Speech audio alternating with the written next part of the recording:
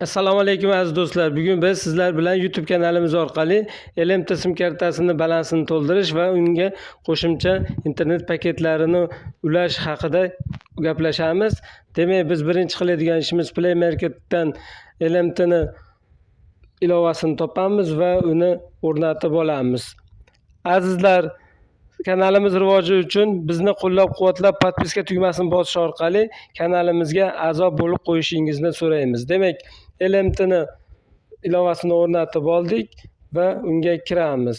Bu yerda biz LMT sim karta raqamimizni kiritamiz va davom ettirish qilamiz va bizga LMT o'z kodini jo'natadi. Shu jo'natgan kodini shu yerga kiritamiz. 69.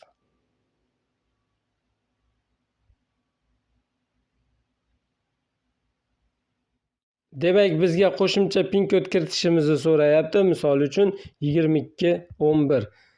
Buni 2 marotaba qaytaramiz va bizga o'z kodimizni kiritib oldik. Endi davom etish qilamiz va bunday ko'rinishda oyna paydo bo'ladi. Bu yerda biz LMT kartani tanlaymiz va bizning balansimizda qancha pul bor va qanday holatda ishlayotganini ko'rishimiz mumkin. Mana bizning raqamimiz va bunda qancha balansida pul borligi haqida ma'lumot. Bu yerda balansini to'ldirish uchun misol 5 yevro yoziliq turibdi. Mana kartadan to'ldirish turibdi.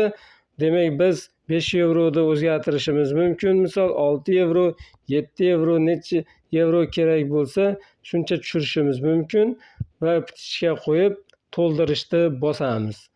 Bundan keyingi qiladigan ishimiz karta ma'lumotlarini kiritish va balansni to'ldirish. Demak, bu karta qayerdiki, qaysi banknikiligini ko'rsatamiz. Ya'ni misol uchun Revolut.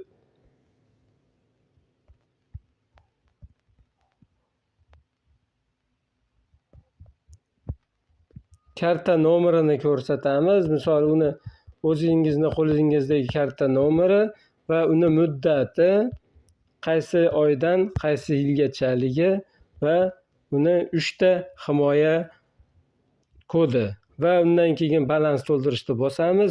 Ma'lum bir vaqtdan keyin u sizning kartangizdan shuncha ko'rsatilgan summani yechib oladi yoki ba'zi bir kartalarda o'z ilovasida shuni tasdiqlashingizni kutadi va uni tasdiqlaganingizdan keyin sizga shuncha summadagi kartadan yechib bu balansga o'tkazib beradi.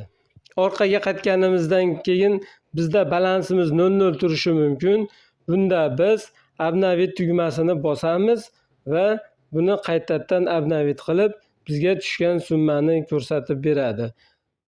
Qo'shimcha internet paketlari haqida keyingi bo'limiga o'tamiz va mana internet paketimiz 3,5 yevroga haftaga 4 gigabayt xalqaro va ichki Latviya ichiga bezlimitli paket beryapti.